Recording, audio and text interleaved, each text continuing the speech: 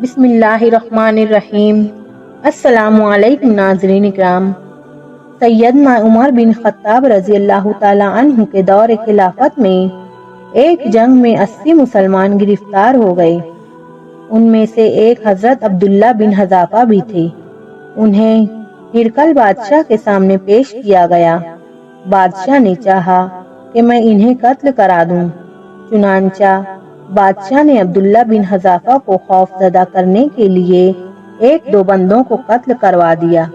پھر بادشاہ نے عبداللہ بن حذافہ کو کہا کہ تم ہمارے دین کو قبول کر لو، ہم تمہیں چھوڑ دیں گے۔ انہوں نے فرمایا، نہیں، تو جو کرنا چاہتا ہے کر لے، لیکن میں اپنے دین سے پیچھے نہیں ہٹوں گا۔ بالآخر ہرقل نے عبداللہ بن حذافہ رضی اللہ تعالی عنہ کے بارے میں کہا کہ ان کو لے جا کر قتل کر دیا جائے۔ جب ان کو جلاد پکڑ کر لے جانے لگے تو ان کی آنکھوں سے آنسو جاری ہو گئے۔ ہرقل بادشاہ کو بتایا گیا کہ یہ بندہ تو رو رہا ہے، لگتا ہے یہ موت سے ڈر رہا ہے، آپ اس سے بات کریں، یہ آپ کے دین پر آ جائے گا۔ چنانچہ جب ہرقل نے بات کی تو جواب میں حضرت عبداللہ بن حذافہ رضی اللہ تعالی عنہ نے فرمایا، اے بدبخت، کیا تو یہ سمجھتا ہے کہ میں موت سے ڈر رہا ہوں؟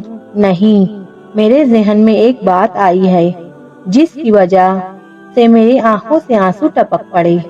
اس نے پوچھا، آپ کے ذہن میں کیا بات آئی ہے؟ حضرت عبداللہ بن حذافہ رضی اللہ تعالی عنہ نے جواب میں فرمایا کہ میری ایک ہی جان ہے، جب تو مجھے ایک مرتبہ قتل کروائے گا تو یہ جان چلی جائے گی۔ اے کاش کہ میرے بدن پر جتنے بال ہیں اتنی ہی جانیں میرے پاس ہوتی، اور پھر تو اتنی ہی مرتبہ مجھے قتل کرواتا، اور میں اتنی جانیں اللہ تعالیٰ کے نام پر قربان کر دیتا۔ بادشاہ ان کا جواب سن کر بڑا حیران ہوا، اور اسی وقت حضرت عمر رضی اللہ تعالی عنہ کا خط بھی اس کے پاس پہنچ گیا۔ اس میں لکھا تھا کہ تم مسلمانوں کو چھوڑ دو، ورنہ ہم بھی تم سے نمٹنے کے لیے آ رہے ہیں۔ یہ خط پڑھتے ہی بادشاہ اندر سے خوف زدہ ہو گیا۔ چنانچہ اس نے سوچا کہ میں ان کو کسی بہانے سے چھوڑ دوں گا، لہٰذا عبداللہ بن حذافہ رضی اللہ تعالی عنہ کو پھر بڑے بازار میں لایا گیا۔ ہرقل ان سے کہنے لگا، تم ہمارے دین پر آ جاؤ، تو انہوں نے جرأت کے ساتھ فرمایا، میں تمہارے دین پر نہیں آتا۔ پھر ہرقل نے کہا، تم میری پیشانی پر بوسہ دو۔ انہوں نے فرمایا کہ اے بدبخت، تو اللہ کا باغی اور نافرمان ہے، میں تیری پیشانی پر بوسہ کیسے دوں؟ میں ہرگز ایسا نہیں کر سکتا۔ پھر اس بادشاہ نے کہا کہ اگر تم میری پیشانی پر بوسہ دو گے تو میں تمہیں بھی چھوڑ دوں گا، اور تمہارے ساتھ ان 80 آدمیوں کو بھی چھوڑ دوں گا۔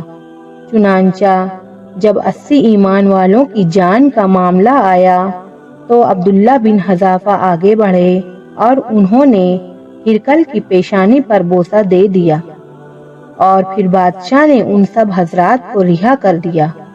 عبداللہ بن حذافہ رضی اللہ تعالی عنہ کا یہ عمل عمر بن خطاب رضی اللہ تعالی عنہ کو اتنا پسند آیا کہ جب یہ مدینہ واپس آئے تو انہوں نے ان کی پیشانی کا بوسہ لیا اور فرمایا کہ جب تمہاری اپنی جان کا مسئلہ تھا تو تم ڈٹ گئے تھے اور کہا میں ایسا نہیں کر سکتا، لیکن جب 80 ایمان والوں کا مسئلہ آیا تو تم نے 80 ایمان والوں کی جان بچا لی۔ تمہارا یہ عمل اللہ تعالیٰ کو بڑا پسند آیا۔ اور پھر بعد میں صحابہ کرام رضی اللہ تعالی عنہ ان کو چھیڑا کرتے تھے۔ وہ کہتے تھے، ذرا ان کو دیکھو، یہ کافر کی پیشانی کا بوسہ دینے والا ہے۔ اور وہ سن کر جواب میں کہتے تھے، ہاں، بوسہ تو دیا تھا، لیکن 80 ایمان والوں کو بھی تو بچایا تھا۔ اللہ اکبر!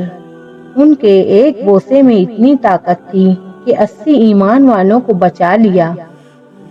ایسے ہی معتبر اور مستند واقعات کے لیے ہمارا چینل ایمان افروز واقعات کو سبسکرائب کریں۔